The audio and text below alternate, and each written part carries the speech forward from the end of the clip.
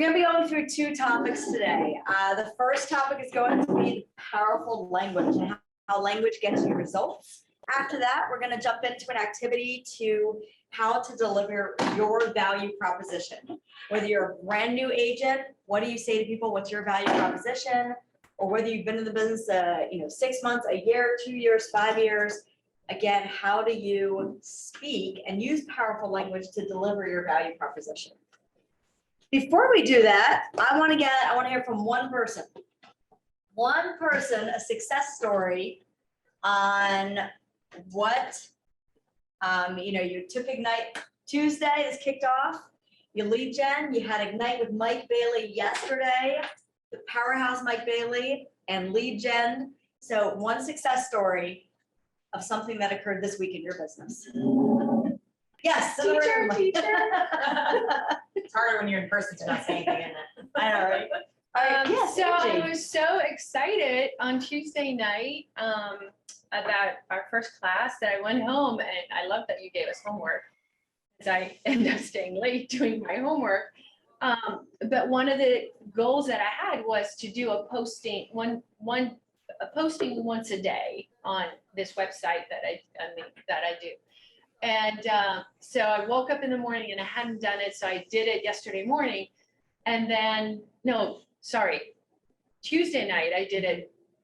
Yesterday morning I woke up and I had a text, and my posting was, if anyone is moving out of Maryland and he's looking to relocate, I work with other partners in every state of the country, or in any big city in the country. Kind of what we talked about, what you said in regards to referrals and things like that. So I had a text yesterday morning about a woman who logged in, and she's like, that is so weird because I just thought this morning I should work with an agent to try to find a place in Georgia because I'm moving there.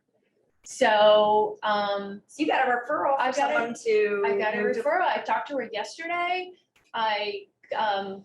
The ladies here kind of showed us about how to do referrals. Nice. On my KW, and then I found a lovely lady in Smyrna, Georgia, where she wants to live too. Nice.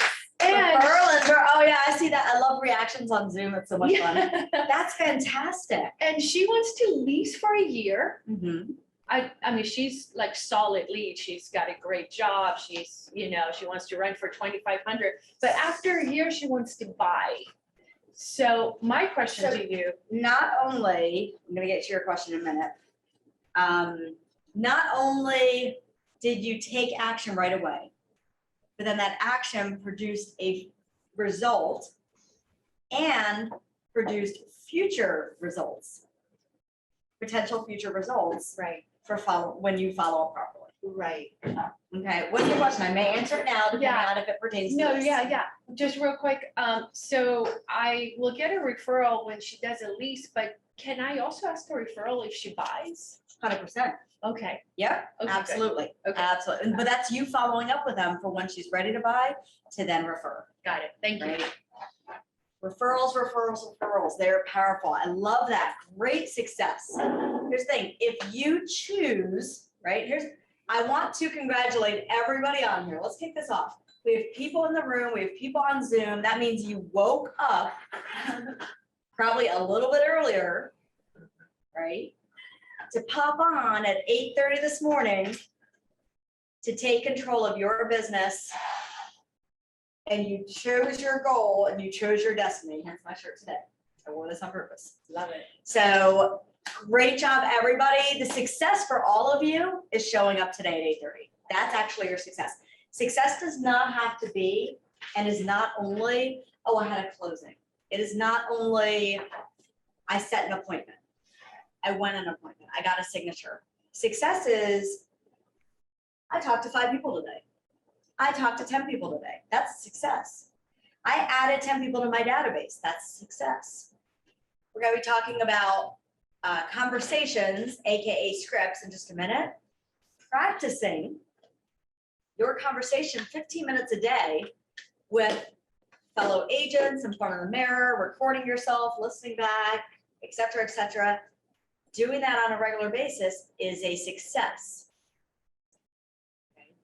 So we have to celebrate all the little successes because that's what's gonna keep you going and keep you waking up at 8:30 in this insane, crazy, rainy weather, which will soon be snow, right? I was thinking that. Don't say this. Snow and rain do not stop our business. Okay, we're like the postman.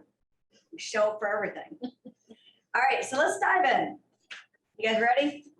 You've all seen this screen. It is the first screen you will see at every single Ignite. I'm not gonna read it to you, but let me ask this question. Why do you think this is the first screen every single Ignite session you're gonna take? And I'm looking at Zoom for somebody to take themselves off mute.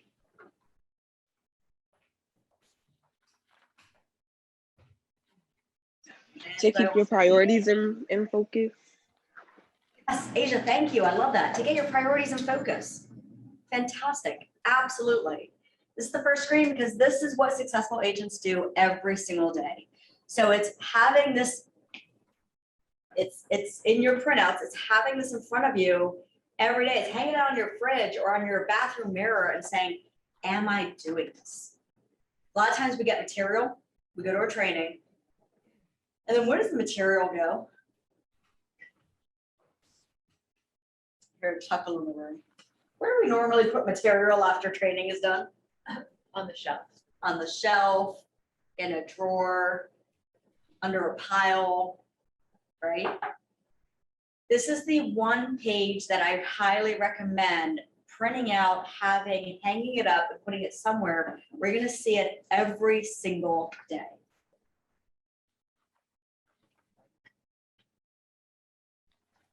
All right, today's topic, scripts. Here's the thing, the word scripts has a lot of negative connotation to it out there.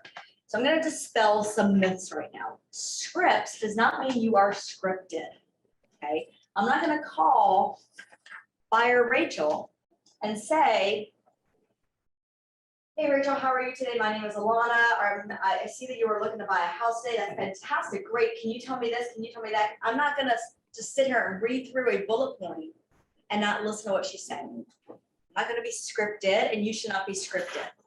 We're in this business to build relationships and learn and have a conversation. So instead of using the word script, we're gonna put that word conversation. So anytime you see the word script, just say conversation. Now you will have, oh yeah, and Melissa's handling the room. You will have scripts provided to you. Ignite has a lot of scripts that they provide you. I have thousands, literally thousands. I have a booklet of thousands of scripts for every type of conversation you could ever imagine, right? If it exists, I have it, all right? But it's not for you to read from it. It's for you to pull dialogue that you may not have had and put it in your conversation, okay? So we're gonna go through some material in this powerful language, Ignite, but I'm gonna actually give you a little personal material, and here's why. When I first started in real estate, 2015, I actually started at what's called an ISA. An ISA is an inside sales associate. What that means is an ISA is an appointment setter for agents. Okay, I was still working on my licensing. Wanted to get into real estate, get my foot in the door. I have no problem picking up the phone. Do I like it? Is it boring? Absolutely. But I don't have a problem doing it. People can hang up on me all day long. That's fine. They were having a bad day. That's cool. So I became what I refer to as a lead gen machine. I sat with a headset on my head and a prepped list ahead of time. And I made calls 6 hours out of 8 hours every single day, 5 days a week for 5 months. Wow. 6 hours out of 8 hours a day, because the other hours were follow-up, admin, things like that. 2 hours straight, 15-minute break, another hour. I had lunch, 2 hours straight, a 15-minute break, ending with follow-up for an hour. It was a structured schedule, 6 hours a day. Now, my first 5 weeks doing it, guess how many appointments I set? First 5 weeks in the business, coming from 15 plus years of sales, diving in, having my list, doing it 6 hours a day, 5 days a week, In the first 5 weeks, how many appointments do you think I all set? Someone want to take a guess? 15? So Angie said 15 is a big old fat zero. My first 5 weeks, I set 0 appointments because I said, I don't need scripts. I don't need to practice. I have 15 plus years of sales. Yeah, I'm good. I know what I'm doing. I'm gonna rock it. I'm gonna be setting like 5 appointments a day. It's gonna be super easy. That did not happen. I failed miserably. I hung up on people. I said words, I don't even know what, if they were words, it was like a whole nother language. Okay. I hung up on more people. I then was challenged by fellow agent, and his name was Ben. So Ben said, I want you to do something for 2 weeks. I want you to whip out, and he provided me these scripts. He goes, I want you to read through these scripts. I want to highlight phrases that feel natural to you. I want you to type up your script based on what I'm giving you. Okay, your conversation. I then want you to find partners across the nation. Who cares where they are? I want you to find partners across the nation who also want to practice. And you are to practice 15 minutes a day, 5 days a week before you get your day started for 2 weeks. If you do that 15 minutes a day for 2 weeks, 15 minutes every morning for 2 weeks, and you don't start setting appointments or even doubling setting appointments, I will give you a $500 gift card to Starbucks. Okay, well, anyone who knows me knows I always have my Starbucks cup. So I love me some coffee. He could have said $10 and I would have been like, yes. He said 500. And I'm like, oh, this is happening. I'm going to prove him wrong. I'm going to prove that scripts don't work. I'm going to prove that I know better than him, even though he was in the business 8 years. I was that kind of cocky person, all right? What do you think happened? Gift card. Mhm. You didn't get that gift card. I did not get that gift card because what ended up happening?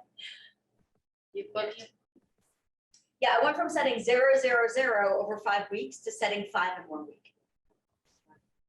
I set 5 in 1 week, 3 in 1 day. I then went to setting 8 to 10 appointments every single week consistently for the next 4 months with an 80% conversion. What the beep would your business look like if you had an appointment a day? How would that change your life? How would that change your life, Angie? What did you mean by 8% conversion? 80%. Sorry. Oh, so what I mean by that is if I set 10 appointments in that week, 8%. eight of them would show up because people no-show you. You're never going to have 100%. Right. And then 6 of those would sign. Got it. Thank you. Yes, great question. Thank you. Again, numbers tell a story. Yeah. Right? If I was saying 10 appointments a week and 1 was showing up, Right. it meant I was not having a great conversation with them. I was like, hey, you want to meet? Great, days. Okay, this day, bye. Click. So I'm going to challenge all of you right now. Yep, homework assignment number 1. You ready for it? I wait to the end of the class. Homework assignment number 1 is I want all of you today, before the end of the day, to find somebody. This could be somebody in the office. You could go onto our Keller Williams Facebook group. You could put yourself in chat right now and say, me, who wants to partner up? Here's my name and phone number. Okay. After this, if you're in the room, you can walk through the office. If you know somebody, there's also Facebook groups for just agents in general. One is called ISA, Mastering Inside Sales. You can join that. The homework is to find people. It doesn't have to be one person. You can have multiple people. You can have 5 different people. Find people and line up 3. You don't have to start with 5.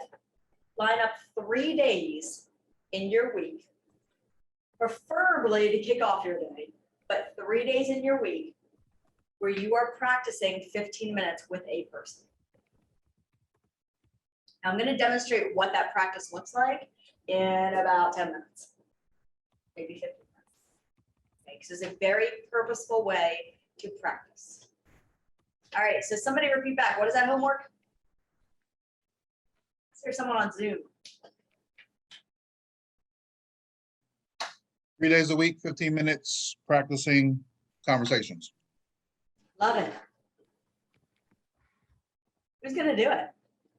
Raise your hand, or if you're on Zoom, put a little reaction hand. Like the little thumbs up reaction. Yes. This is Melissa. Oh, yeah, I'm in here.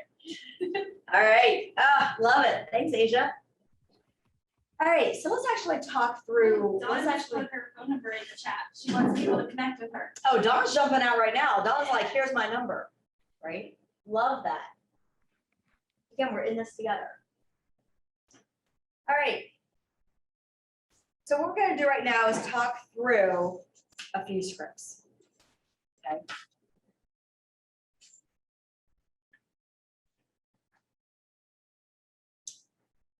So before we actually practice some scripts, what I want to talk through. Oh, is she coming in? Right. What I want to talk through are, again, just more benefits. Right? More benefits. They help you have better lead generation. How? How do they help you have better lead generation?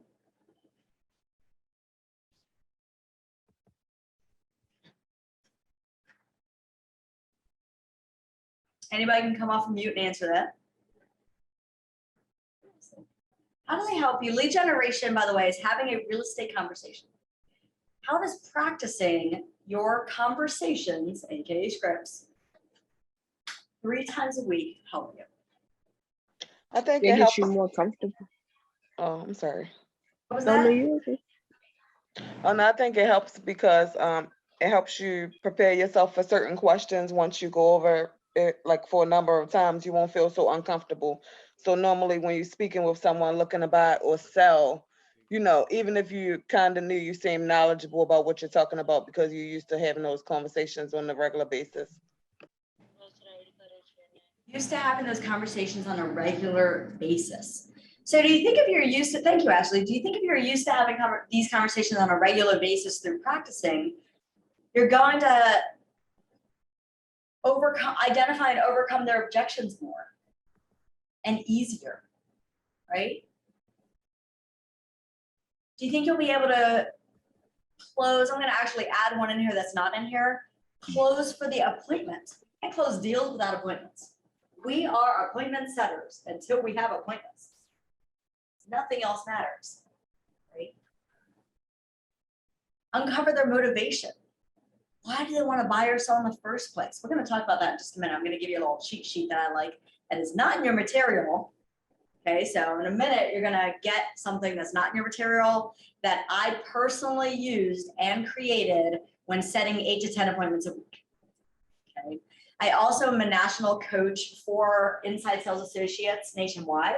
So I coach both agents and inside sales associates in Texas, New Orleans, Arizona, there's some other states in there I'm forgetting, Florida, some other ones, oh, Canada, that's a fun one, on how to set appointments. And all we do in their 30-minute or hour-long coaching session, right, that they pay for once a month, is perfect their conversation. That's it. That's all we do. All we do is perfect their conversation over and over and over and over again. And one of the individuals I work with in actually Pennsylvania, she was in New York, now she moved. I've been working with her for 2 years. When I first started working with her, she was averaging about 1 appointment a week, maybe 2. Right? Again, she's an inside sales associate, so her full-time job is setting appointments, not going up. Now, last week, so I talked to her Tuesday of this week. Last week, she set 8 listing appointments. 8 listing appointments. That's her average time. And all we do every week is practice. So I say that I use those examples to show that it's possible. If you're sitting there going, I really need 2 appointments a week to hit my goal. I really need an appointment a day to hit my goal. Whatever that number is, it is possible because people have walked the path and proven it. People are doing it right now.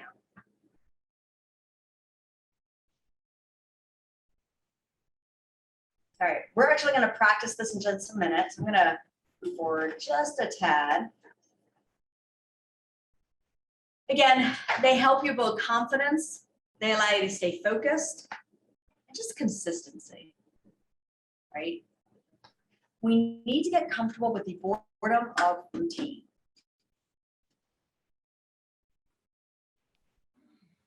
Now it's time. Now it's time to put this into play. What I'm going to do is I'm going to, oh, you know what? I'm actually going to switch screens because I'm going to draw it on the board here. So let me do a new share. Let me go to my whiteboard.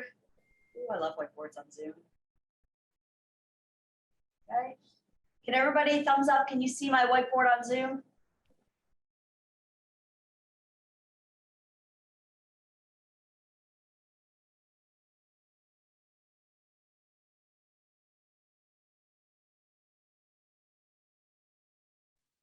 There we go. Sorry.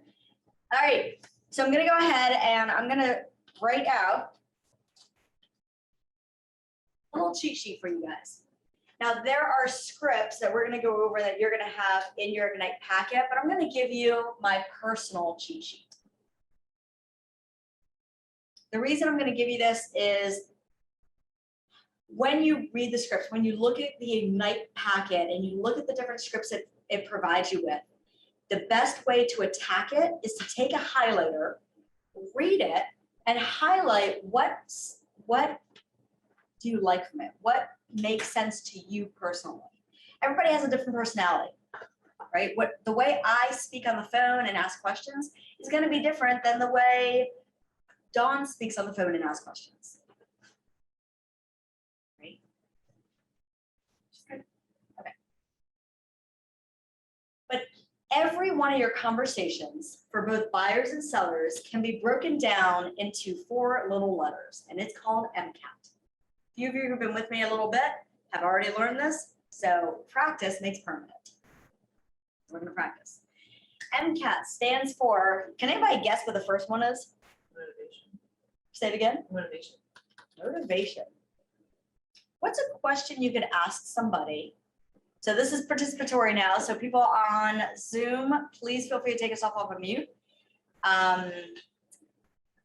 What is a question you could ask a buyer or seller to find out their motivation?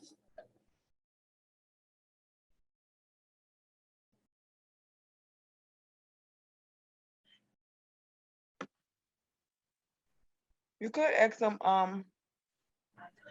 what's the reason that they're moving? What was that? You could ask them their reason for moving. The reason we're moving. So how would we word that? So I'm a buyer or I'm a seller. By the way, this is interchangeable. So this makes it really easy. You don't need to pull out multiple things and say, oh my God, I'm working with a buyer. Or let me pull out that sheet. Oh my God, I'm working with a seller. This is a one-stop shop for you. So how would we word that? What does that I sound would like? probably say, what has you thinking about making a move? Oh, love that.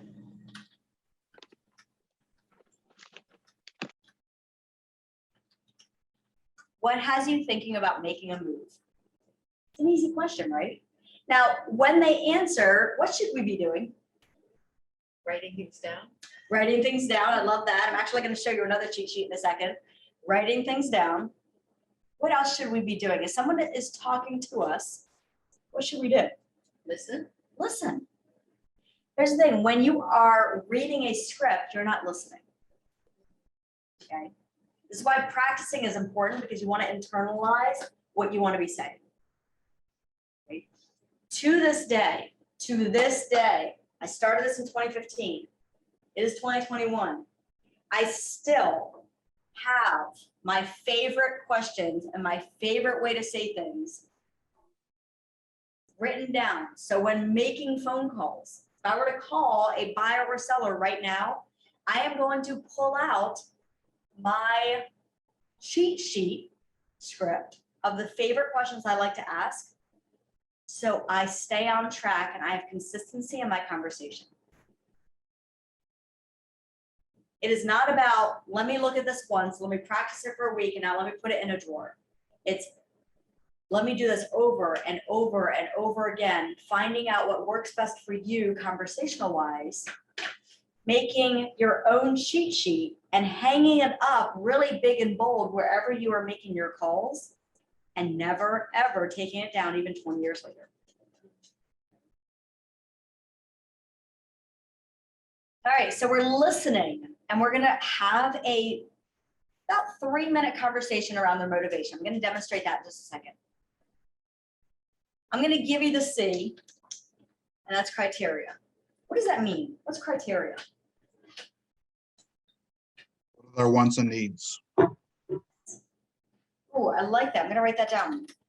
Their wants and needs. What is a question that we could ask to find that out?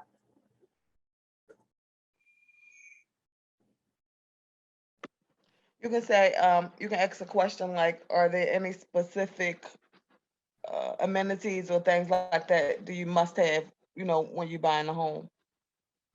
Yeah, and any specific amenities, any specific things about your new home that you must have, right?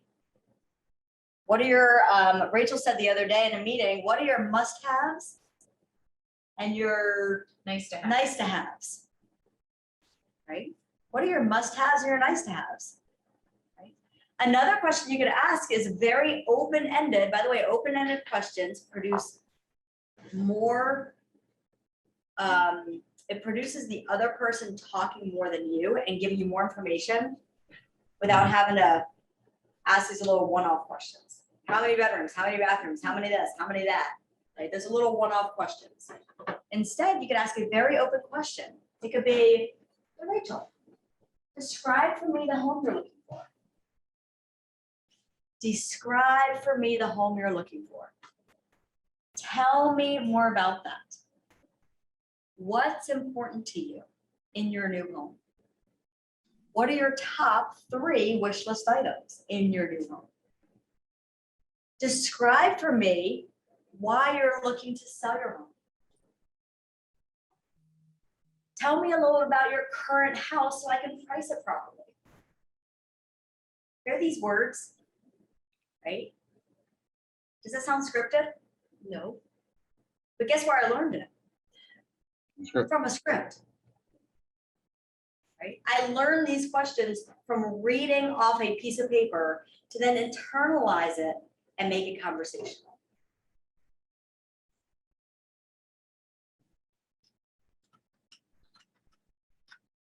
Some examples there.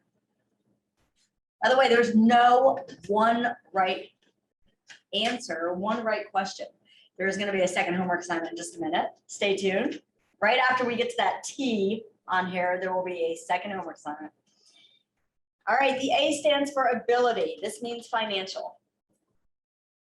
Okay. So if it's a buyer, what's a question we want to ask?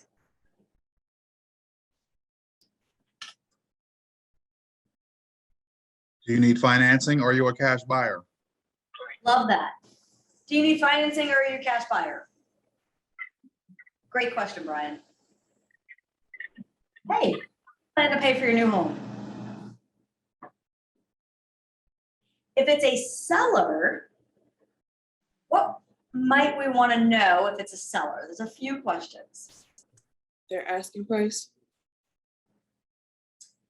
What price do they have in mind for selling? Do they have a price in mind? Everybody has a price in mind. Now, here's the thing. If you're on the phone, your purpose on the phone is to get your foot in the door for an appointment.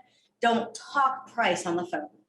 Talk price at the appointment, or they will not set the appointment with you.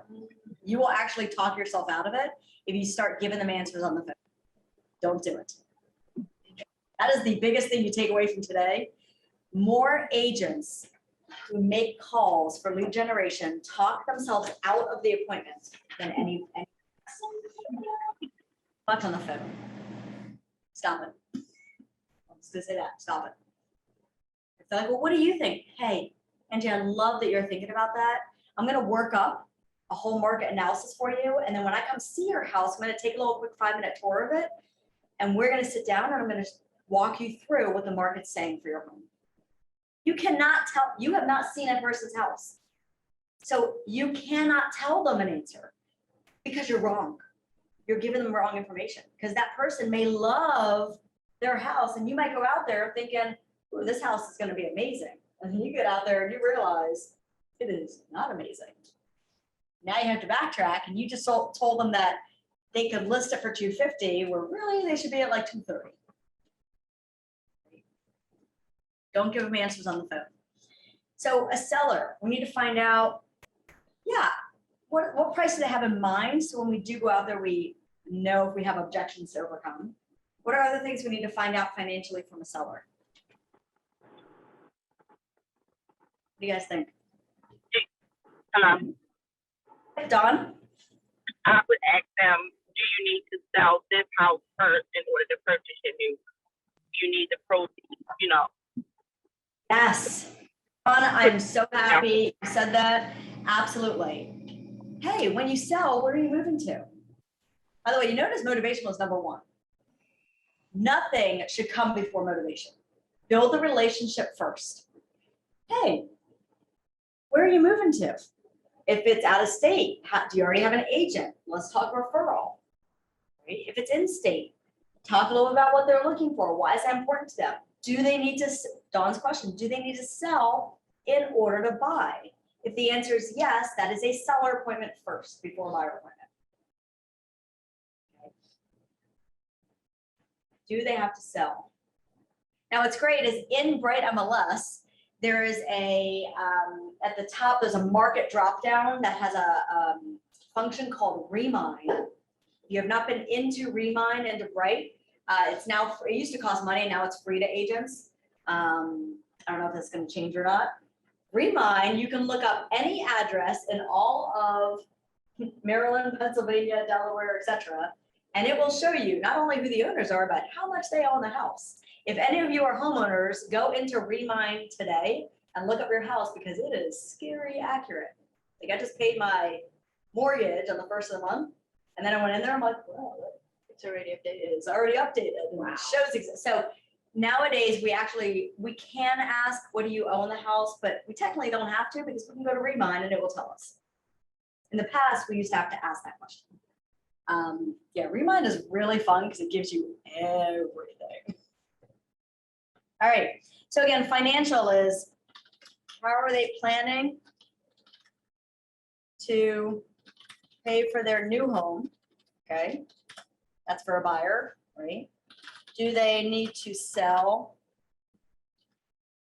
in order to buy? Obviously, have they talked to a lender yet? We're gonna get to that, but not just yet, right? Don't bring up the lender in the beginning.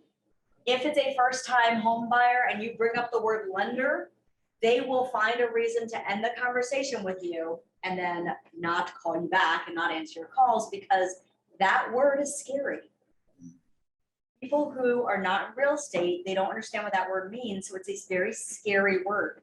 So if you don't have motivation yet, if you haven't gotten them excited about their new place, you're gonna scare them off the phone before you have a chance. So save that word to the end. All right, NT, Wait, super one important. more. I think there's one Oh, more you yes, need to right. know from a seller. You need to know how much they owe. How much they owe, yep, which again, you can actually find out in Remind and Bright MLS. Oh, duh. Nowadays, how much they owe, but that is a great conversational. I do still ask that question. Yeah. Even though I can go to Remind, I like, by asking that question, it actually says to them, I know what I'm talking about. Don't you want to ask if they're pre-qualified? So we do, if they're buying a house, we're gonna help them buy a house. We do want to ask them, have you talked to a lender yet to see what you're pre-qualified for? Okay, so We you don't do want to ask ask that, yes, but not in the beginning. but not at the first Not the first. interaction. You have to know motivation and criteria first. Gotcha. In that same, now motivation takes 3 minutes to get. I'm gonna break this down for you and actually demonstrate it. Criteria takes another 1, maybe 2 minutes, depending on how much they want to give you. Okay, so now we're in a 5-minute conversation. Now we can ask about finances, how they plan to pay, have they talked to a lender yet? Okay. We're not telling them to talk to a lender just yet, we're just asking them if they have. Not making them feel bad because 90% of people don't or haven't. Then we're gonna talk about time frame. Then we'll go to next steps. Time frame. How do we ask a time frame question? What's a way to word it? What do you guys think? How soon do you want to move? How soon do you want to move? Simple question, right? Don't overthink your questions. Make them simple. Way to word that. Anybody have a second example? How soon you're planning to buy or sell? Like, what is the time frame? Like within 30 days, 60 days, 90 days? How soon are you planning to buy your new home? How soon are you planning to sell your new home? I'm going to give you a third one. Thank you, Jignesh. That was absolutely, again, there's no one right question, right? This is your question to ask. Don't overthink it. We tend to overthink things. We're dealing with just new friends on the phone. We're making new friends on the phone. So if you're talking to your friend says, I'm looking to buy a house, right? How would you ask them the question? I'm going to give you a third question. A third way to ask the question, because we already know the motivation. And that would sound like, hey, Brian, you shared with me really needing that third bedroom because working out of your living room is just driving you crazy. You're not being as productive for your job, and your kids and your dogs just run all over the place. How soon do you want that extra space and that peace of mind for that third bedroom, for that workspace? Now we just made it personal, right? If you tie their motivation into the time frame, now we're making it personal. Instead of, here's the thing. Has anybody moved? Like packed boxes moved. Anybody ever do that? Yep. Do you like it? Oh, No, Does anybody like packing boxes and moving? no. No. It's a horrible process. Yes. It's a horrible process. It really is. I moved 16 times. Glutton for punishment. The last time I hired movers. 15 times I did it myself. Finally, I hired movers. I'm like, why have I not done that sooner? right. So, instead of saying, when do you want to, Angie, when do you want to go into that horrible process of moving and packing boxes? Or, hey, when do you want to sell? Hey, when do you want to get to Florida so you're not here for the winter months? Good question. Right? So it's not when you want to sell your house. It's not when you want to put it on the market. There's a real estate language. When do you want to be in Florida by? When do you want to stop paying all that crazy rent and build your own equity by? When do you want that better school district for your kids by? Make it personal. Right.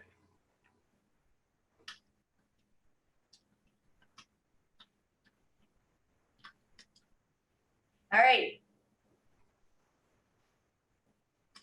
Now, ready for this? You're going to summarize, and then next step is, guess what we just put on the screen? What is this? What would you call this? What's our topic today? The whole script, Scripts. the whole conversation. A whole conversation. By the way, the perfect conversation is 12 minutes long. This is actually a market research study that has been done the past 10 years. The perfect conversation with a motivated, qualified person is 12 minutes long. So you mean to say buyer or seller both, or only buyer? buyer or seller, the perfect, now again, this is before this is you getting information to make sure you're setting a qualified appointment. Oh, I see. Okay, for the appointment, okay. Actually, the appointment itself, that's totally different, Oh, right? okay. But for when you see the client in personally face to face, what is the time frame? Is there is no time frame, like half an hour or 1 hour, whatever? That's actually a great question. So if you haven't gone through this information yet, you don't know their motivation, and you go to show them a house, at that first house, go through these at that first house. Right? If you right now the market's kind of crazy, and if you have somebody who's like, hey, I'm pre-approved for 300,000, I found this house, I want to go see it, you're probably setting that showing up for tonight because the house is probably going to be gone by tomorrow. Right? So when you're at that first showing at that home, have this conversation with that buyer at that house. Okay? Now, the actual appointment itself, the seller, that's different. That really, there's a lot that can go into that. I'll be honest, depending on their objections, depending on when they want to sell, depending on the size of the house, that appointment, you always start with motivation. If you do not know that walking into a listing appointment, you give a quick tour of the house and you sit down and you talk about motivation before anything else. Because that person is that person is interviewing 2 or 3 other agents. They all do. They all do. And who is somebody going to hire? Who will somebody hire? The person who knows the most or cares the most? Cares the most. Yeah, Who say, cares? Who cares how much you know? We can find questions we can ask. You have a whole support team here, right? You don't need to know all the answers. You will over time. What did you just say at an appointment? Did you say like? You start with, you take a tour of the house. Right. You sit down, and before you start talking about price, before you start talking about the exclusive right to sell agreement, before you start talking about getting it on the market and blah, blah, blah, you have to start with, hey, Angie, before we go into pricing and all of that, I really want to know, what has you selling in the first place? Tell me a little bit more about that. Oh my God, you're moving to Georgia. Like, what's bringing you to Georgia? That's exciting. Who's there? How soon do you want to be there by? Great, I did all that How long have you yesterday. been thinking about So it? excited, I did it right. Right? We need to get their words, because whose words are more powerful? Theirs. Are we doing, when we meet with buyers and sellers, is it about us? Is it about us at all? Do people care how, like, if I walk up to a person, I'm like, oh my God, listen, Ganesh, I'm the greatest agent ever. I sold like 20 homes last week. I'm the bomb. I'm awesome. Love me. You're gonna love me. This is why you should hire me, because I'm just awesome. No. Oh, right? They don't care. They do not care. Instead, it's, hey, why are you moving? Where are you moving to? Why is that important to you? What does that look like? How long have you been thinking about it? What will that do for your family? Oh my God, you want that bigger kitchen. Why? Like, what's happening in the bigger kitchen? Right? Oh my God, you want a bigger kitchen because you've always wanted to host the holidays with your family, but you've never had the space. So who's all coming? So this year, you're gonna have that bigger kitchen. What are you baking? What's your favorite thing to cook? Can I come? Do you like pies? Can I bring that pie? You notice how personal that just got? People think on logic, they act on emotion. Logic is, I need an extra room, I want this many bedrooms, this many bathrooms, a parking pad in the city, because I'm tired of finding parking. Emotion is, I want my family over for Thanksgiving and Christmas this year, and I want to host it. And I've never been able to. Hear the difference? Yes. Yes. Take time and care about a person first. You will always have better results. Okay, so now what we're gonna do is I'm going to demonstrate what we just put up here. And then you guys are gonna do it. And on Zoom, what we're gonna do in a minute is I'm actually gonna put you guys in breakout rooms for you guys to practice. So if you are if you're on Zoom and you are in a area where you're able to be put into a breakout room to come off of mute and practice, please use the reaction button below and give a thumbs up. Okay, so I make sure I don't put somebody in a room with someone who they can't practice with. And then obviously here we're gonna pair up in a minute. So I would like a volunteer to play the part of, by the way, this can be interchangeable, buyer or seller. So right now I'm gonna say, it's both, a seller and a buyer. Okay, so I need a volunteer who wants to play the part of buyer or seller.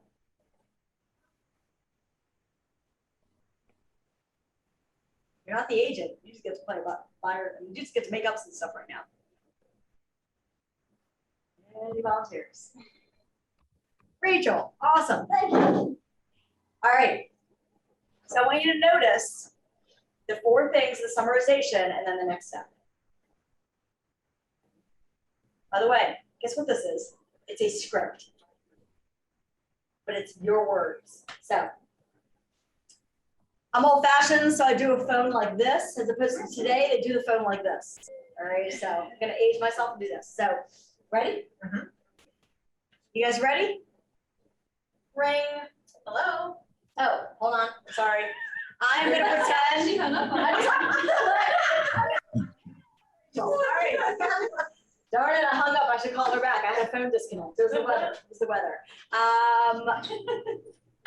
This is somebody who, whether it's through a referral, through somebody who messaged me on social media, through a Facebook ad that I run, this is somebody who at some point said they want to buy a house. Who cares what the source is? All we care about is they said, I want to buy a house. So, ring.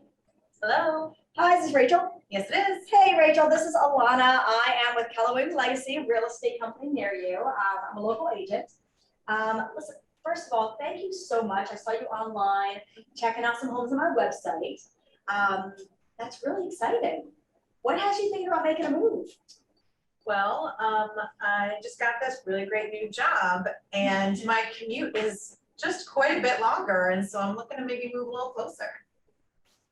Thank you. Wow. Okay. So what's your commute like right now? So it's about 50 minutes on a good day. Rain, it's a bit longer.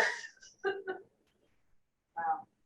So what time, like what's you're saying about 15 minutes, well, can we round that up to about an hour sometimes? Yeah.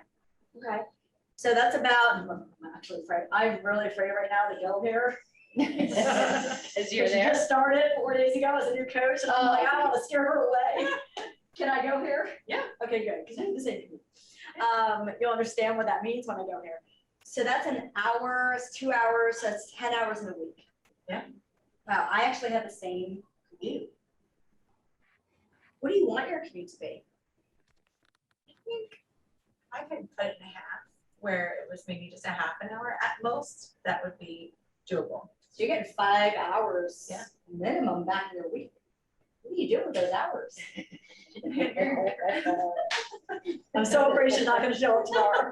What are you doing with those hours? Other than that, she's gonna buy a new house. I don't know, just more time to either meet up with friends or get stuff done around the house, just not, maybe be as exhausted when I get home from work. And what, let me ask you, you currently rent or own right now? I am.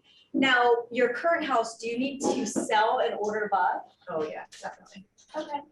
She just said yes, meaning this flips to a seller conversation. At that moment. at that moment. Okay, because I'm gonna find out more about what she wants to buy at the seller appointment.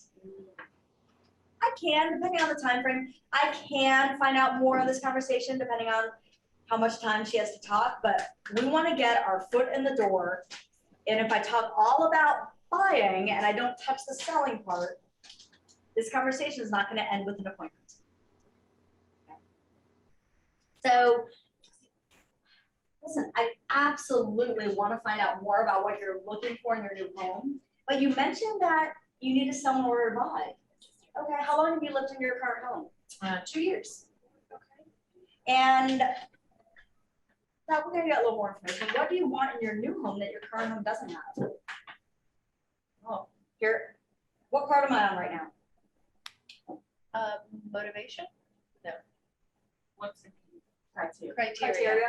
Now, it may flow back into motivation though. I don't know if I thought about what my new home would need to have that my current home doesn't. I think the main criteria is that it's closer to work. Okay. You know, if I could get an extra bedroom out of it, that'd be great, but it's not something I need. How many bedrooms do you have now? I have 2. Okay, so maybe a third. Yeah. Making notes, right? And that's something, listen, when I come out to meet with you, I have a plan. When I come out to meet with you, we can definitely hone in on more about what you're looking for and what you love about your current home that maybe you want in your new home. Does that sound good? That sounds great. Awesome. What just happened? You told her you're going to come and visit her. I'm not asking questions, I'm telling her, hey, you're planting that seed. Okay. So you mentioned you do need to sell in order to buy. Do you think you'll also need financing as well? Yes. Okay, you might not have yet, take the fairway, you might not have yet, have you talked to a lender yet? I haven't, but I've worked with a lender in the past, and so I know who I plan to reach out to. Okay, fantastic, and we have some amazing preferred lenders as well, if you want multiple opinions. Great. Never hurts to talk to a few, I talked to 6 when my husband and I were buying, true story. Wow. 6, because I was a first time home buyer, and I'm like, I don't know, so I just talked to 6. Well, when I come out, we can talk all about what that looks like. She doesn't need to talk to a lender today, why? Because I think you have to see her first, get the idea, talk to her, what is her planning, what is her financial criteria and everything. Then you can suggest the lenders, whatever, like 6 or 7 lenders you mentioned. Yes, see her first. Yes, Meet see with her her first. She's a seller first. Right? I don't want to scare her. I want to get my foot in the door to list her property and hopefully get a twofer to help her buy. We love some twofers. Okay. Everybody know what a twofer is? Yeah, seller and buyer together. Oh yeah. All right. Let me ask you this. When do you want that shorter commute by? I think in the next 6 months. Okay, awesome. All right. So do we have a little bit of motivation? What's your motivation? Commute. It's a pain point. By the way, most people's motivation is a pain point. What do you mean by pain point? So there's pleasure and there's pain. Pleasure is, oh my God, I would love to have a pool. Pain is, I am so cramped and my kids are driving me crazy and 3 kids are sharing a bedroom and I want to jump out a window. So the pain point is a greater motivation to short amount of time that they want to move than the Pleasure. pleasure. Yep. You will get the excitement, the pleasure from it, right? You're going to find that out and you want to boost that up to get them excited. But you want to truly listen. And sometimes sometimes you hear it in their tone. What I mean by that is you might hear someone say, yeah, you know what? I really want 3 bedrooms and a backyard and a basement. And oh my God, I need that second bathroom. What'd you just hear? What was the pain? She needs more time to take The baths. second bathroom, Mhm. right? There's a reason for that. So I'm probably gonna be like, hey, heard a tone change. I'm actually gonna say it's a person. Hey, I just heard a tone change when you said second bathroom. So I'm assuming you have one, is that right? They're gonna say yes. Tell me more about that. Like, I feel some pain there. Keep the conversation real with them. If you feel some pain there, say to them, I'm hearing some pain. What's happening? They'll tell you. They're like, my damn 3 kids won't get out of the bathroom. I need my own bathtub. They're gonna say something important. Pain will always be what helps you create more urgency. I don't want to poke it a little bit, but in a positive way. Kind of a weird statement. In a positive way. Yeah. I'm not gonna be like, oh my God, that's horrible. All right, now we're gonna summarize, we're gonna close it, and then you guys get to do this. Okay. By the way, the first time you do this, will you be perfect? No. Oh, No. How many weeks did I fail? Anybody remember 5. being? Oh yeah. 5 weeks of a whole lot of attempting of failure and practice. This only comes natural to me today because I've done this since 2015 over and over and over and over again. Thousands upon thousands upon thousands of times. In the beginning, this was typed up as an actual script. Homework assignments coming soon, by the way. All right, so we're gonna summarize. So Rachel, what I'm hearing you say is you really are excited about getting into a new home that's a closer commute to get some time back in your life. Yes. Right? Fun for sitting at home for relaxation, for drinking that wine you like. I know, I'm right there with you. And you do own a house that you need to sell in order to buy. Yes. Okay. Not quite sure exactly what you want in your new home. But you know it has to be closer. Yes. By the way, I will have found out, like, I will have also found out, like, what location, where, right? Okay, and you're hoping to be in there, or have that closer commute at max 6 months. Yes. Now, she didn't say at max, but again, creating urgency. Rachel, the next step is, hear that statement? Yeah. What is that statement? The appointment. The appointment. That's how you close. That's how you transition. Now, if she was not needing to sell, she was just a buyer, she hasn't talked to a lender yet, and you say the next step is, what's the next step? Talking to a lender. Do not show a house unless they are pre-approved by a lender if that's what they need financial. yeah. If you do that, oh, what was that question? Was there a question? Otherwise, you will waste your time and his or her time. Oh my God, Dinesh, yes, you're not only wasting your time, but more importantly, because it's not about us, you are setting that person up for heartbreak. My husband and I, prior to me getting into real estate, true story, we were renters for 9 years. We finally made the decision we were going to buy a house. First-time home buyers, not in real estate, so knew nothing, right? We only know what agents tell us. Well, I thought my agent was the best thing ever. He's no longer a real estate agent. I thought he was the greatest thing ever because he was so responsive on text. And he was, hey, I want to go see this house. Great, I set up a showing for tonight. So I'm like, yeah, we're seeing houses. And we went and saw all these houses. He never asked us why. But I didn't know he had to. I just thought his job was to show us houses. Right? He never asked us why we wanted to buy a house in the first place. Didn't know our motivation at all. What did he also not do? Pre-approval. Yeah, he never advised us of the importance of a pre-approval ahead of time. He said, when you find a house, we'll talk to lenders. Don't worry about it right now. Buyers only know what you tell them, by the way. You're the expert, not them. So I said, okay, great. We found a house. 20 houses later, we found a house we fell in love with. We then talked to a lender, and what happened? You were not approved. We were not approved for that amount. So we lowballed it, truly lowballed it. The agent let us. We did not get the house. Mm-hmm. We couldn't afford the house. We then decided to rent for another 2 years. I was done. I was like, I I hate that process. I don't like it. I don't like that feeling. I saw 19 houses and the one I loved, we couldn't get. So we signed a new lease the very next day. I called the agent and said, thank you so much for your help. You were awesome. I thought he was awesome. I did. Now I realize why he's no longer a real estate agent. He got out of business a year later. Good. But at that point, I was like, thank you so much. I'm gonna refer you to my friends. You're amazing.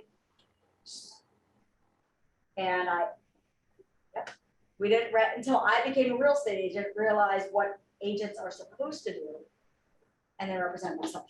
My husband, yes. So you don't make an appointment to go see them if they don't have approval letter? You can go out for coffee, sit down and have a conversation with them, get them to sign the buyer agency agreement. Right. You can schedule, right? So let's say you're buying a house and you're like, I really want to go see this house. I don't want to miss out on it. This is my house. I love it. Great. Have you talked to a lender yet? No. Okay, here's what we're going to do. The next step is I'm going to have a motivation. I've already done that. What I'm going to do is I'm going to set up the showing. It's about 9:30 right now. I'm going to set up the showing for tonight around 5:30. Prior to that, though, we need to get you in touch with the lender. I work with 2 amazing companies. Can I have one of them give you a call in the next hour to an hour and a half? Because we can't go see the house without that.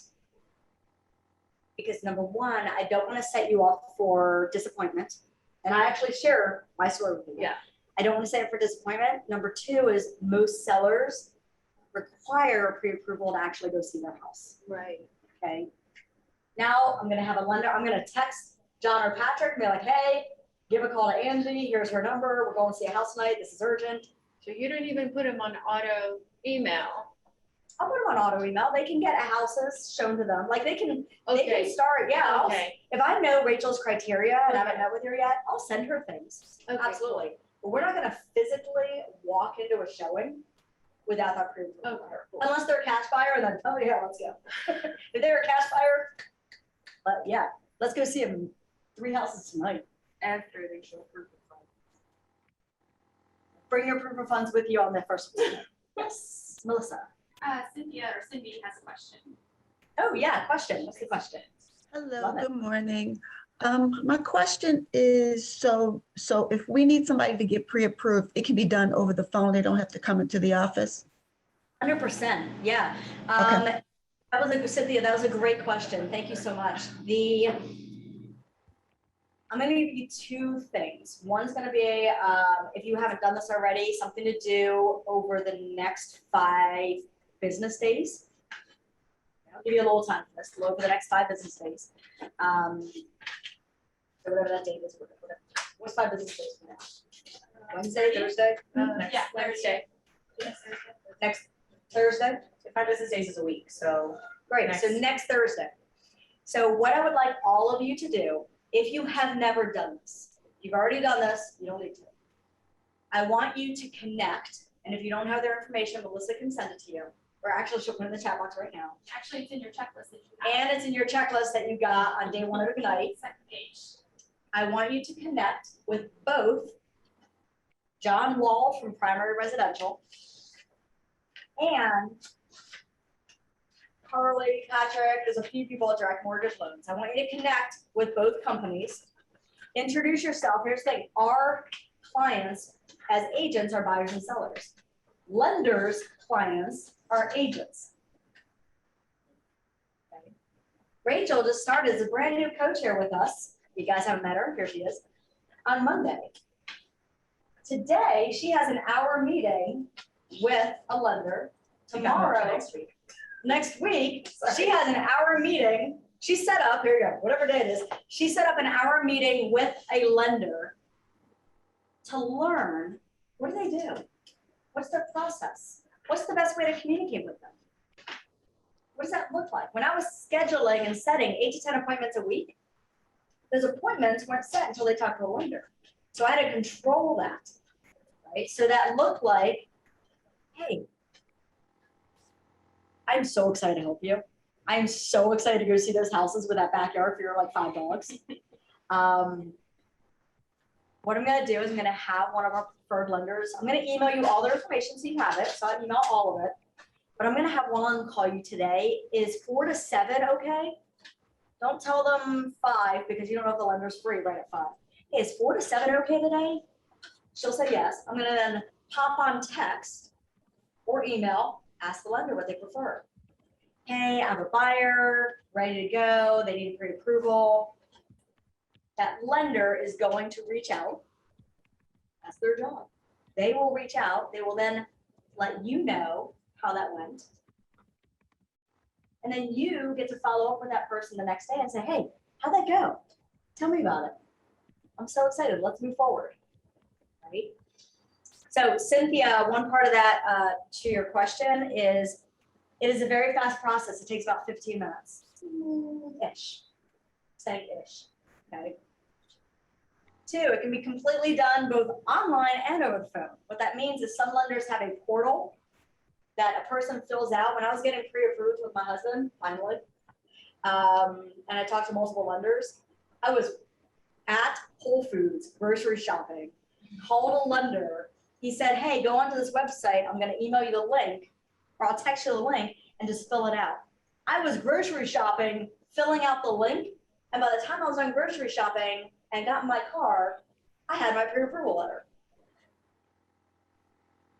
It's super easy, super fast. And as I like to say to people, it's painless.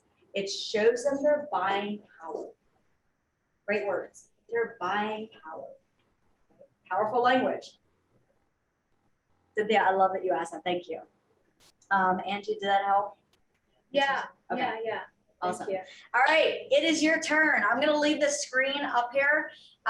In the room, 1, 2, 3, 4. Oh, this is fantastic.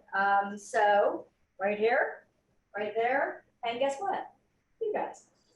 What I'm gonna have you guys do is pair up. On Zoom, I'm gonna put you in breakout rooms. You're going to have 5 minutes. You're gonna have 5 minutes. So for the first 2 minutes, the person with the longest hair, last time I did was short, so the person with the longest hair is gonna go first. For 2 minutes, you're going to go through this script. This is a script, okay? Then you're gonna switch, the other person's gonna do it. Then we're gonna come back and talk about it. Any questions before we get started? Any questions? All right, we are coming back. Come on back. Yeah. So, first I'm gonna ask questions. What questions, any questions from that? If you're not in a place where you can get off of me, you can put it in the chat box. Melissa's looking at that. Yes. I'm at a point where the buyer says, I need to sell in order to buy. And they're asking, what's the best advice? Like, do I sell first, then move to an apartment, or what's the best advice at that point? So I do want to repeat that because it was such a great question.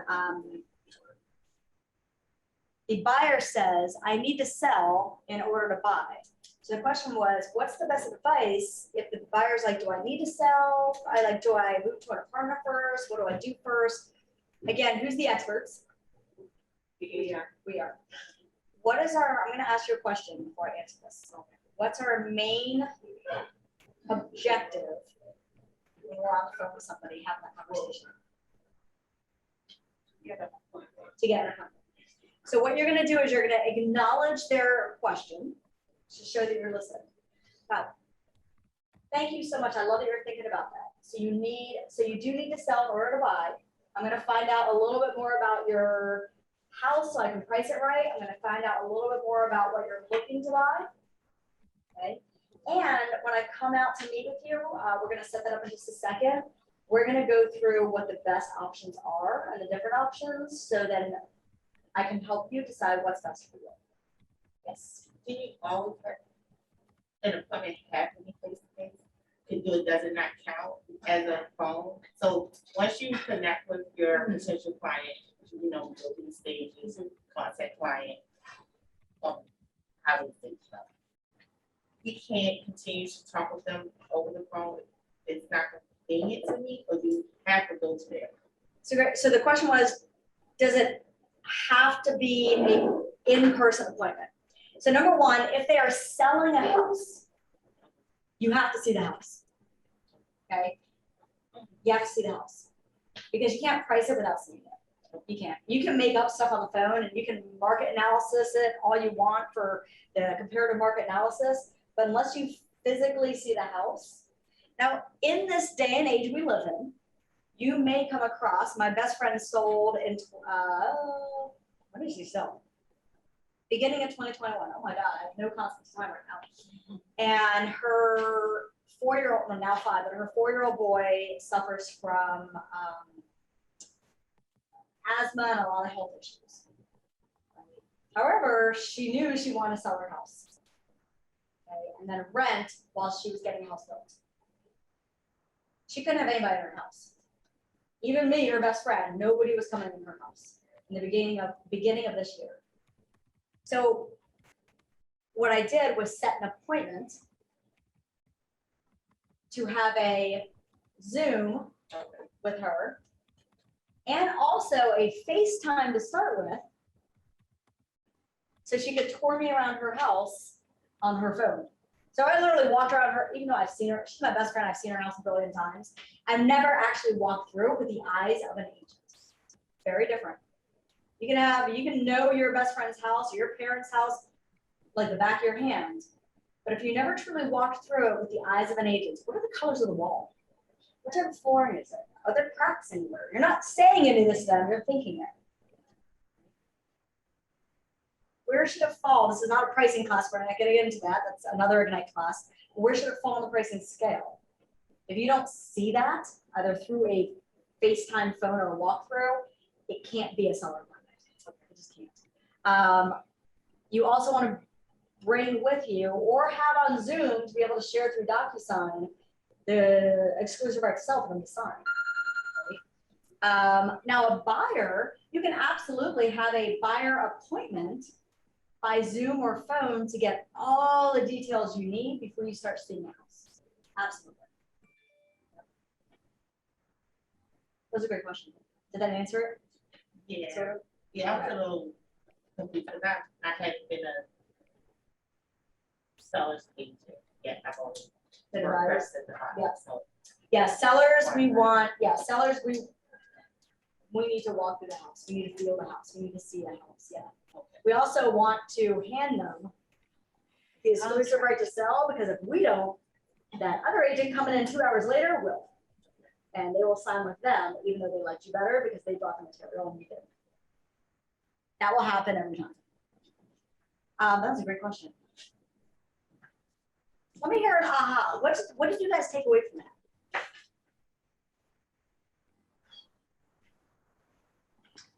For me, I would say I took away that maybe, now I don't want to say anxiety, but especially when you just explain that question, because with me and Asia, it was the same thing. I told her that I was a buyer, and then I was like, oh, but you know what? I have to sell my house too. But then we paused. We were like, okay, so what happens now? Because which one do I focus on? Do I still want to get her pre-approved for the house that she's looking for?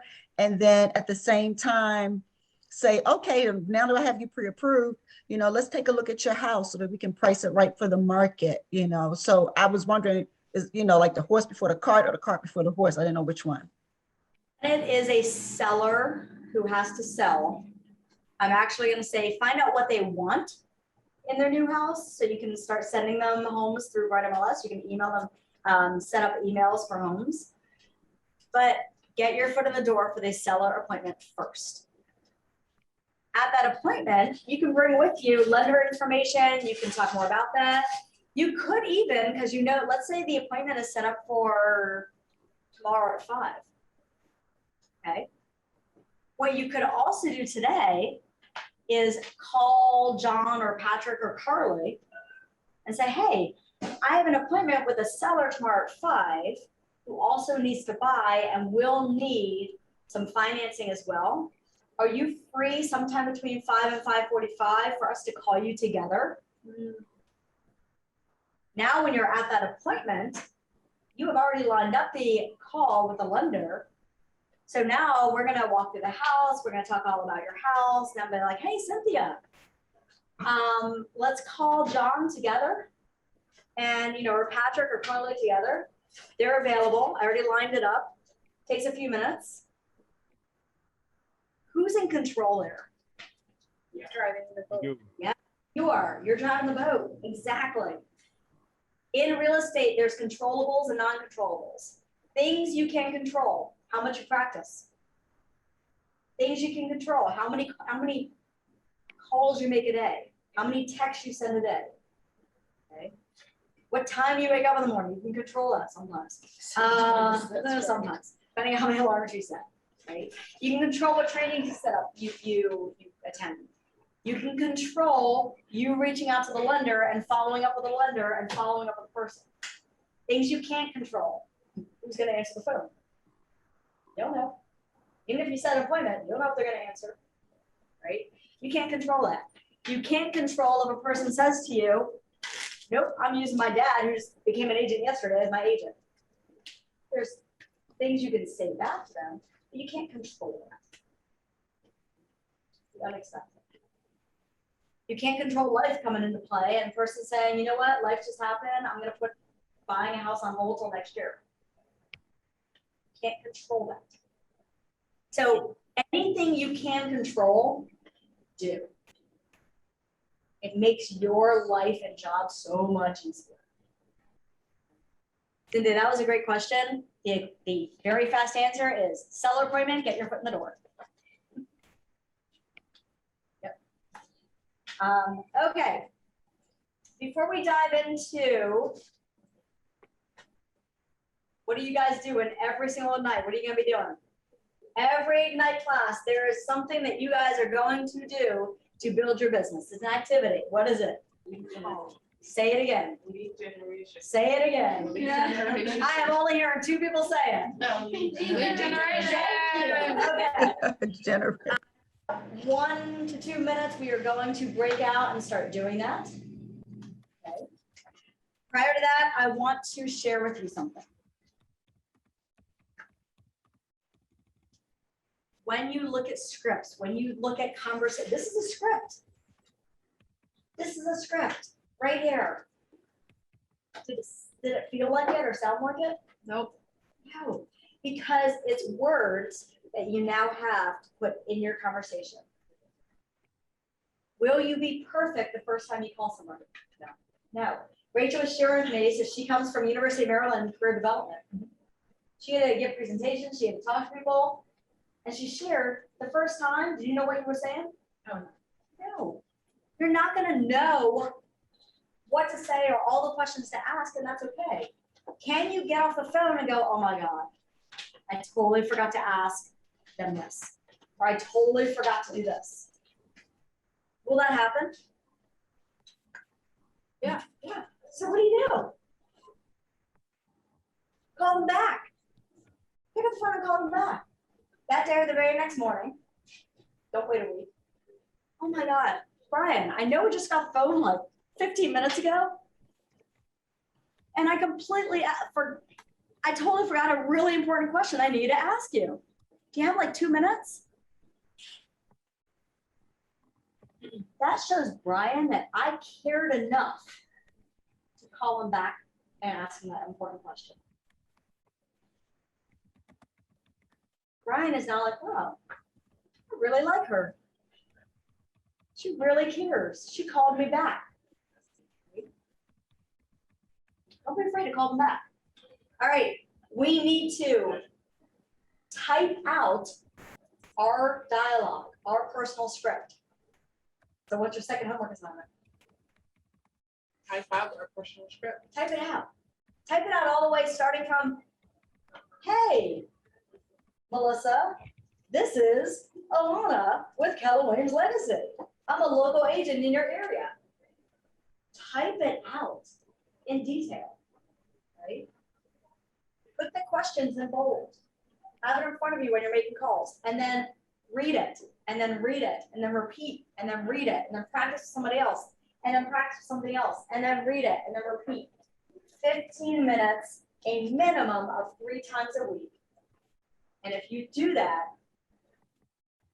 and you talk to enough people, and you can't do that, talk to 2 people in a week and expect results. That will not happen.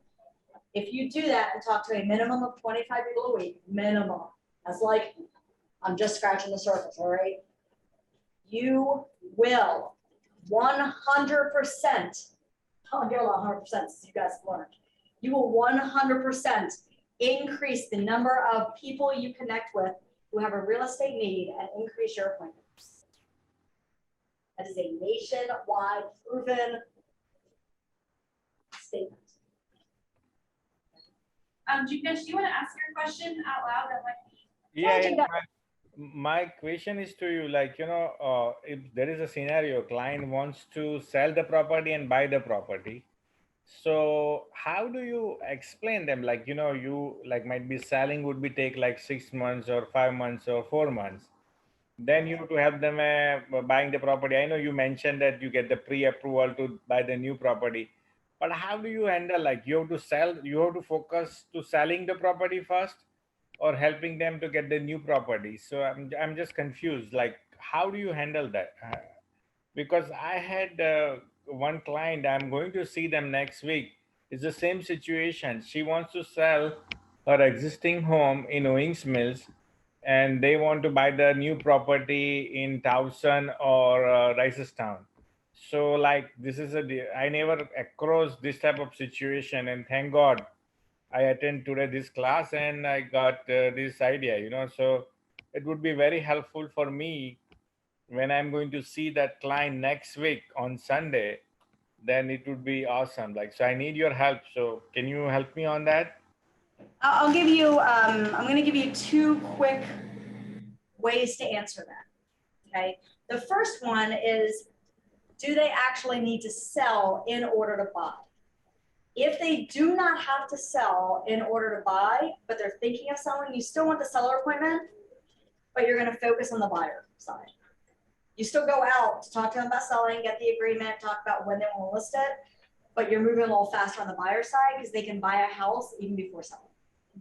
Oh, I see. If they have to sell money-wise, like if I was, my husband and I, we own a townhouse. If I want to buy another property, I cannot own 2 properties right now. I don't like $1 million, right? Yes, yes. So we would have to sell, take the equity from our property to be able to put it into our new property. Okay? So what you want to say, because one of the objections you will hear is, well, but I want to be homeless. Like, I don't want to sell my house and not have a house to move into. Right. I absolutely love that you're thinking about that. That's what that's what my job is your agent, is to help make sure that doesn't happen. So what I'm going to do is come out and meet with you. And now we're at the appointment, so I'm in the appointment now. So again, don't answer it over the phone. The appointment. We're going to hone in a first motivation. We're going to hone in on what they're looking for on the buyer side. And we're going to explain to them, this is not a contract class. I don't want to go into too much detail here, but stay tuned for the upcoming. I'm going to explain to them what contingency means. Because you can put in a contingency to buy a property. You to sell property in order to buy, contingent upon selling. And you can do a contingent upon selling based on buying. So there's an addendum in DocuSign, and it's a contingency addendum that you can use for both the buying side and selling side. So, that means you said that, like, example, she got a buyer for her existing home. So we put that close contingency, and then until they got a new property, they can stay there, right? That you mean that? That is what the contingency does say. Right. A little more refinedly. A little more refinedly, yes. Absolutely. In a nutshell, yes, there are This is where like negotiations, there's a night class all about negotiations. This is where kind of negotiations comes into play because you are negotiating and making sure everybody is on the same page. Right. With selling and buying, there's things called rent back, where somebody can sell their house, but rent it back from the buyer they just sold it to live there for an extra 2 weeks or 3 weeks if they're not settling on their other house for another. Right. There's a lot of options. That's the big word. It's actually saying to the person, hey, I am here to protect you. My job is to help you every step of the way. And there's a lot of options. So let's talk about all the different options and what's best and how we can work through all of them. Okay. The other thing, I will say this right now, don't just depend on, here's a little nugget. Do not just depend on Bright MLS as your only source for homes. Do not just depend on Bright MLS for your only source of homes. You are doing your buyer a disservice. Why? So does Bright MLS have a lot of homes out there right now? Yes. No. Are there multiple offers on many homes right now? Oh, Yes. no. My best friend was looking for houses for from March to May. That agent helping her put in 9 offers. She looked at like, I don't even know how many houses, but they put in 9 offers. Granted, 8 of them, or sorry, 1 of them she lowballed, so that was her learning. 8 of them she went above asking price and lost out on. Lost out. One house had 11 offers on it. This is the market we're in right now. It's changing a little bit, but we're still in it. If you only depend on Bright MLS, and what you're doing is you're becoming dependent. I am now, Rachel wants to buy a house. I have to wait till that house appears. Oh, we found one house, but another buyer won out. They offered 20,000. She also offered 15.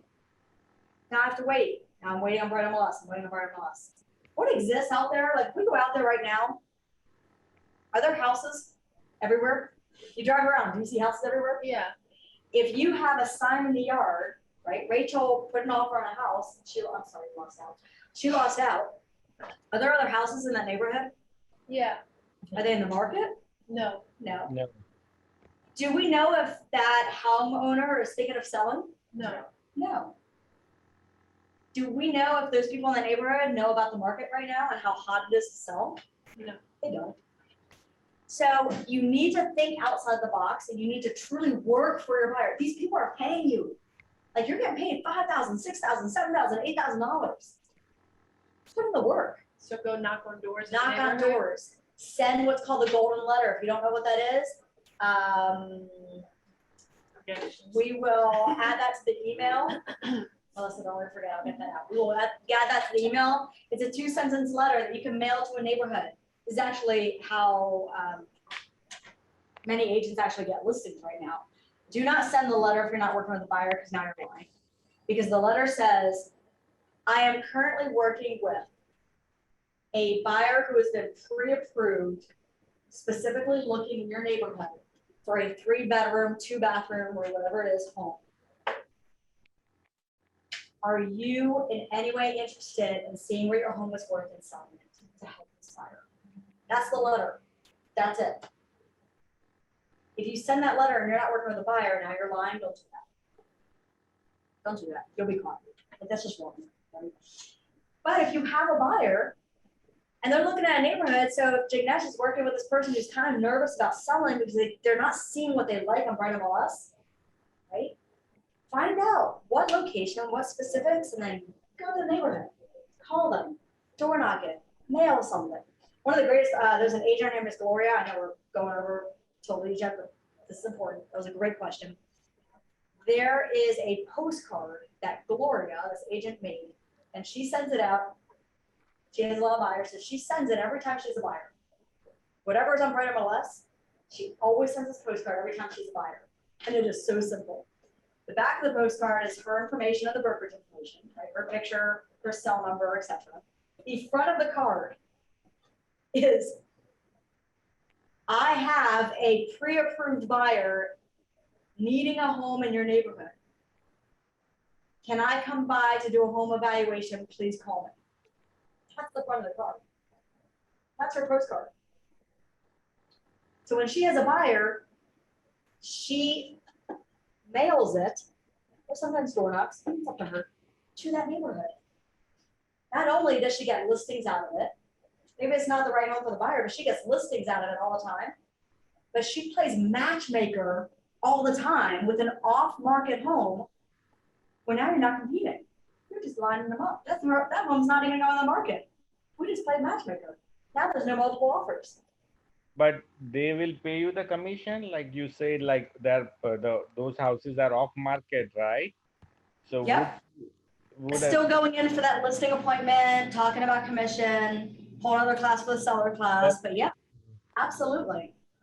Think outside the box. You got to. Jignesh, I'm really glad you asked that question because it kind of went down a rabbit hole that I think was needed in this market we're in today. All right, we are going to, it is 10:15.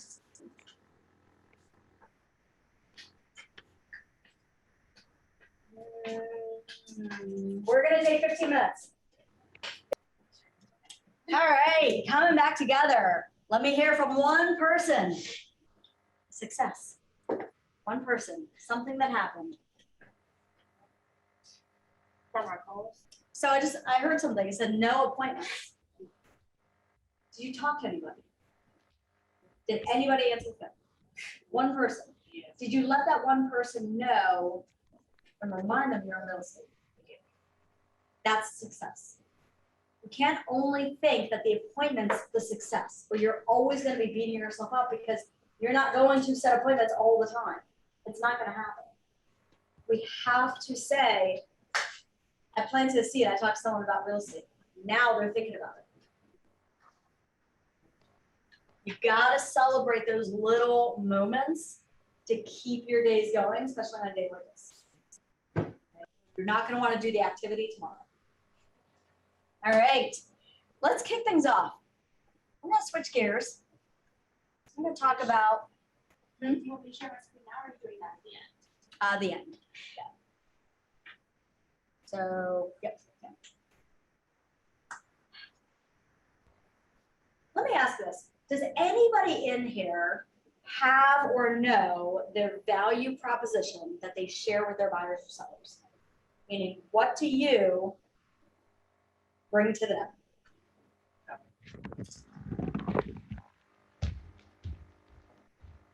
No? Okay. You're like, yeah. Okay, I'll think about it. All right. Has anybody heard the phrase elevator pitch? Yes.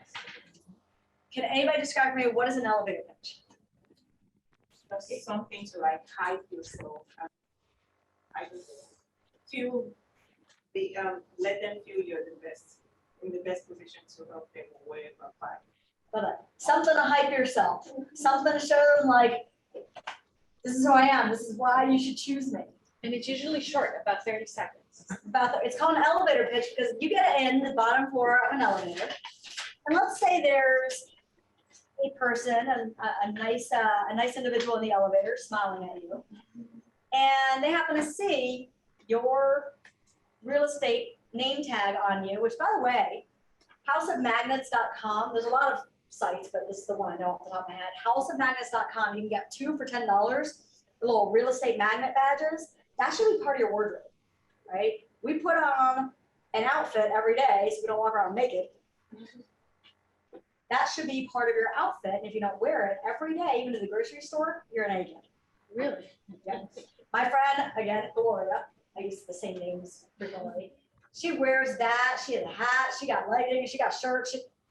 She is all, she went on Amazon and bought anything real estate related. But the magnet is something that she wears nonstop everywhere she goes. It's in church with her. It is everywhere. She captures a piece of business just from wearing that every month. Every month. She got a listing last month from standing in a long grocery line because they didn't have enough cashiers.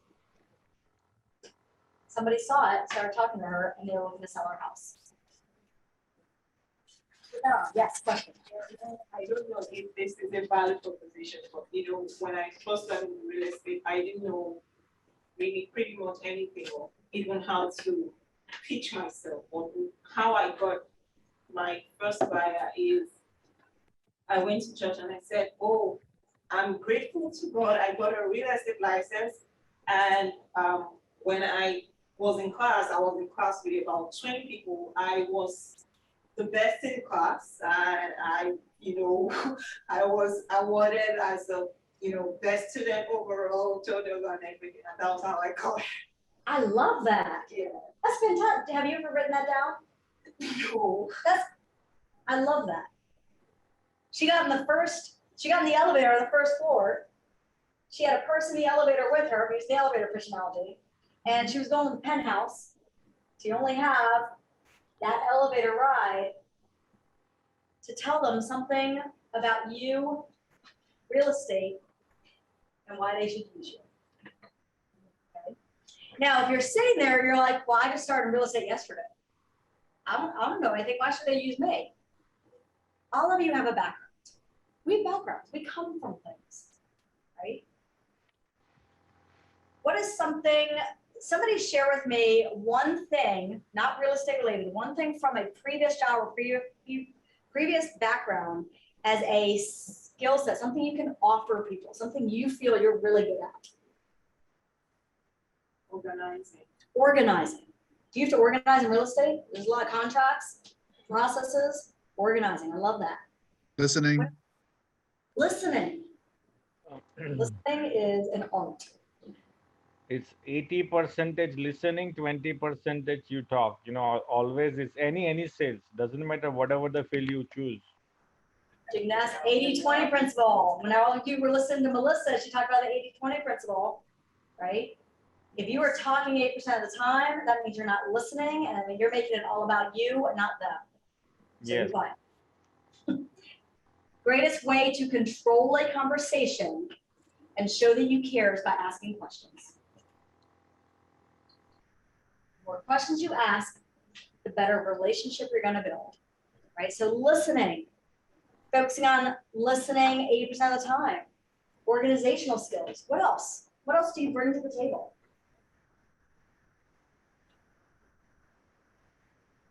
Anybody ever worked in customer service in any aspect at all? Yeah. Okay. Where do we work in customer service? I used to work for an online K-12 school where I helped students get signed up for classes. Okay, and you had to provide. I had to call them, I had to answer their calls, answer their questions, figure out what they were looking for. Customer service. Do our customers want that? Do your buyers and sellers want that customer experience? What else?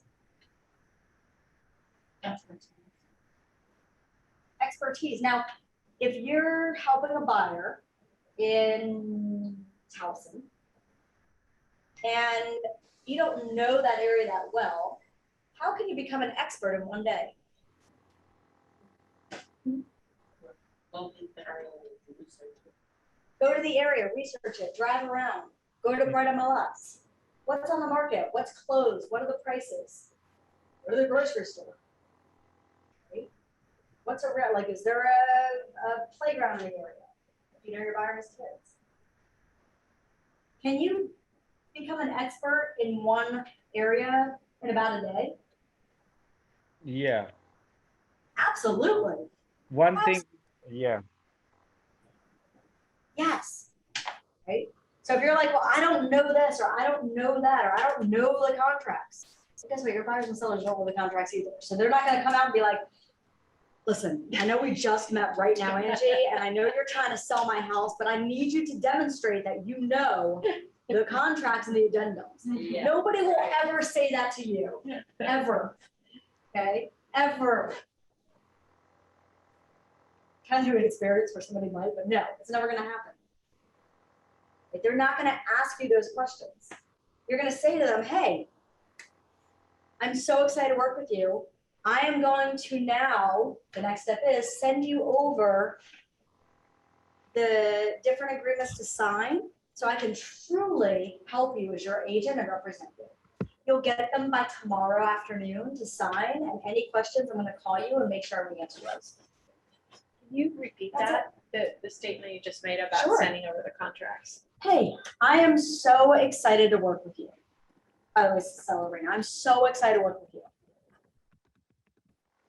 Now, granted, I would actually have her sign these because we're to sell just now. I am going to be sending you the rest of the forms, right? Just necessary in the state of Maryland.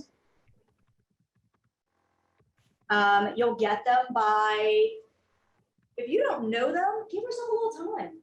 I'd rather, what is it, under promise, over deliver? I'm not gonna say you're gonna get them in an hour, because if I've never been in DocuSign, if I never written a contract, you think you can do it in an hour? The answer is no, you can't. Unless you practice over and over again. Right? So it's, hey, I'm gonna get those to you by tomorrow, but I am so excited to represent you and help you at your household. Here's the next steps. Then you reach out to your resources. Hi, resource. Then you reach out to your resources to get help and be the expert. Show that you're the expert. Don't make things up. Do not guess. Okay. If you've never done it, please ask questions. Okay. So value proposition is your elevator pitch. It's usually about it's 3 minutes long. It's usually just a few sentences. That's all. Right? It's a description of the benefits for the client. It clearly conveys what you will do for them. What am I here to do for you? What am I here to provide? You make it, again, about them. And all of you already have a huge value proposition, even if you got licensed yesterday. So we're gonna do a little activity right now. Now, one of the things that's gonna come in an email from Melissa, Melissa's gonna be sending all of you an email by tomorrow. Okay, not today, by tomorrow. And in that email, it's gonna be long, there's gonna be a lot of goodies. In that email is going to be a worksheet called Deliver Your Value Proposition. It is a cheat sheet worksheet to really hone in and break down what do you want to say to people? What's your 3 sentences? Okay. Right now, take 2 minutes and just start. And it can be bullet points, by the way. It can be a sentence. What do you have to offer somebody? Any questions, by the way? All right, take 2 minutes. What do you have to offer somebody?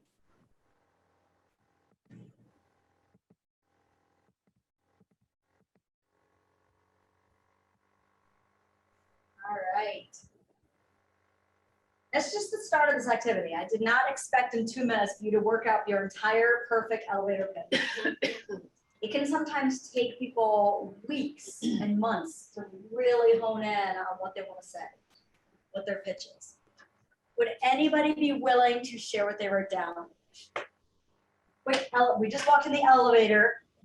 I am standing there. Anybody want to share theirs? I'd love to hear somebody's.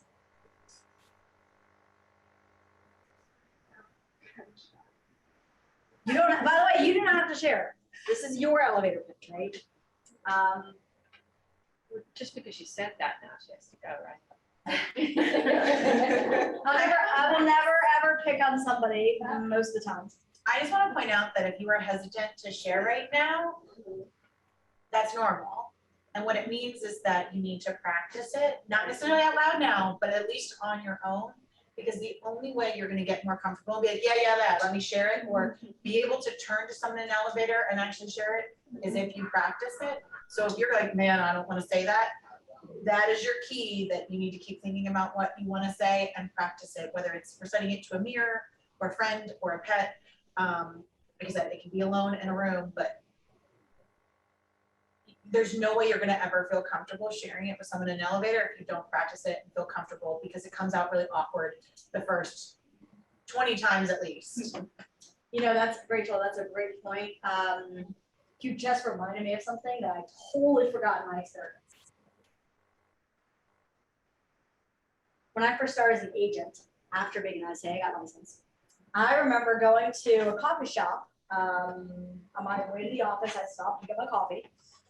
And I'm in line, I'm waiting for my coffee, I'm waiting for them to call my name or my fake name, you know, Starbucks, whatever name they make up for me. And I overhear, over at the fix, you know, where they put the cinnamon and all that stuff in, right? So I overhear this guy talking to another guy about wanting to buy a new house. Oh yeah, after you've been in real estate for 3 months, you hear these things. Like, it's like this crazy sixth sense where you're like, real estate, what? It could be like over across you're in a restaurant. So I overhear these two guys talking about real estate.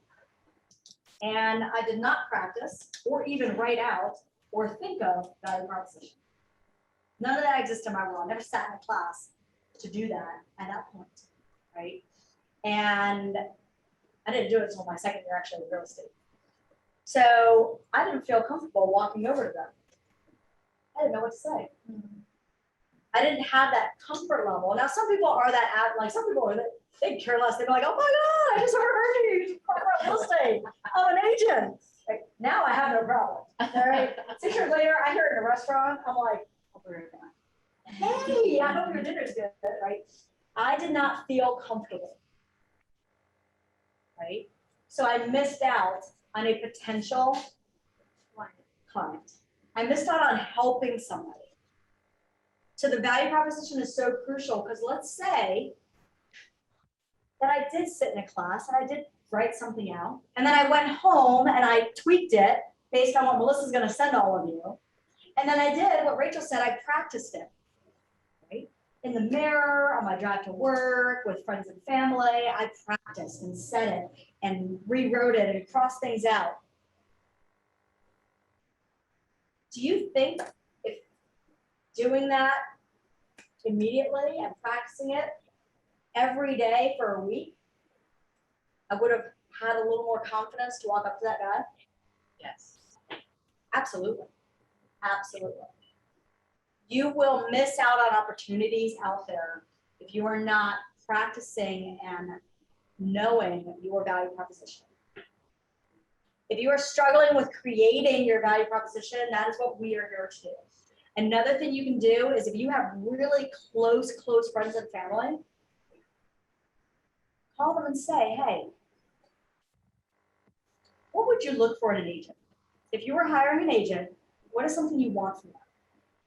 They're going to say things like communication, customer service, organization, knowledge. And then take their words. Don't use all of them. What do you bring to the table? Okay, I have 11 years of experience working with students at the university level in career development and developing them and holding them accountable. Let me help you in your business. That's what we're No, appreciate that. But, bam, value proposition. She started Monday. But she is value proposition.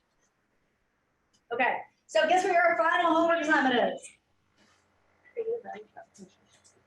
Create your value proposition. It will not be perfect. You are going to tweak it over and over and over again over the next few months, but get something down there, even if it's 2 sentences. Get something on paper that means something to you. All right, any questions on that? Yep. All right, switching gears, we're gonna close this out in just a few minutes. One, you all received on day 1 an email, and it will be emailed again today, a tracker. I said on day 1 that numbers tell your story. Numbers is you owning the business. First of all, I want to congratulate, there's some people on here who have started filling it out. Even if you don't do anything in real estate that day, because you have life happening, go in, put the date and put zeros, just to get used to going into it every day and putting something in there.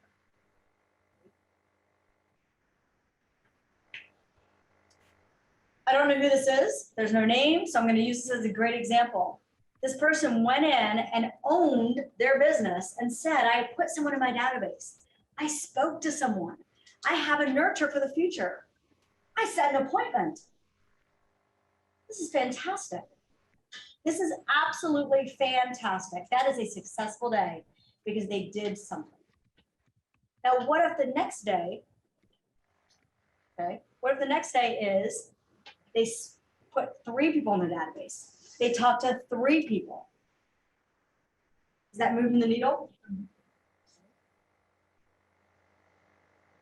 Please go in and fill this out. This is not for us. Yes, I'd like to congratulate. Yes, there'll be some prizes at the end of Ignite based on this. This is not for us at all. This is for you. If you know what's happening in your numbers and you track this every day, again, you're going to be more successful and you're more likely to hit your goal to choose your own destiny. Okay. Questions on this? No? All right. 2 final things I want to talk about. 1, there's something at Keller, and I talked to a few of you about it, but Melissa brought up this great point the other day, and we have what's called the Keller personality assessment. Anybody take that? I took that yesterday. Kind of fun, isn't it? In You a sent weird way. Some of the sections. You guys might have gotten emails when I created it. When you create it, I'll automatically send you an email. The Keller Personality Assessment, KPA, it is a, it's an hour-long, minutes to be exact, 3-section, in a weird way, fun assessment that shares a little booklet afterwards. It comes to us, but we send it to you, about all of your strengths.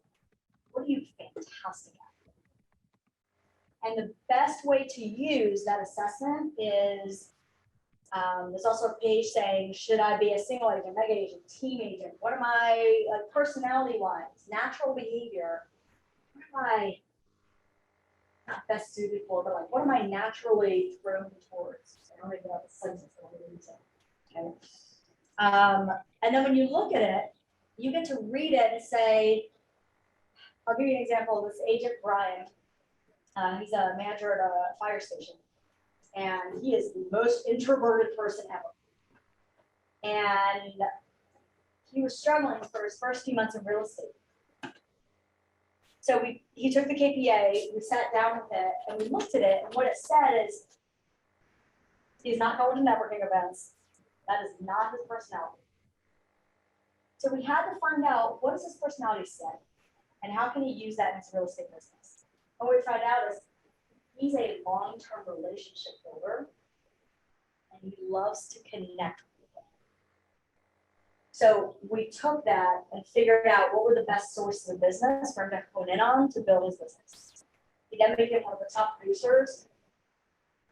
And then we will share with you your little book all about what you're great at, your strengths, your personality.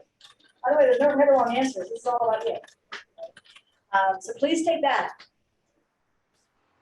Any questions on any of that? The Keller personality assessment, the tracker, the feedback. We have the legacy all family meeting, kick it in. So if you're in the room, take a few minute break, hop out, come back in. We'd love to have you join for that. If you're on Zoom, we're gonna be ending this meeting in about 2 seconds and then starting the next one. In the chat box is that Zoom link. So if you want to go ahead and click on that, that was the Zoom link for the 11 o'clock. And we will see you back here in about 3 minutes.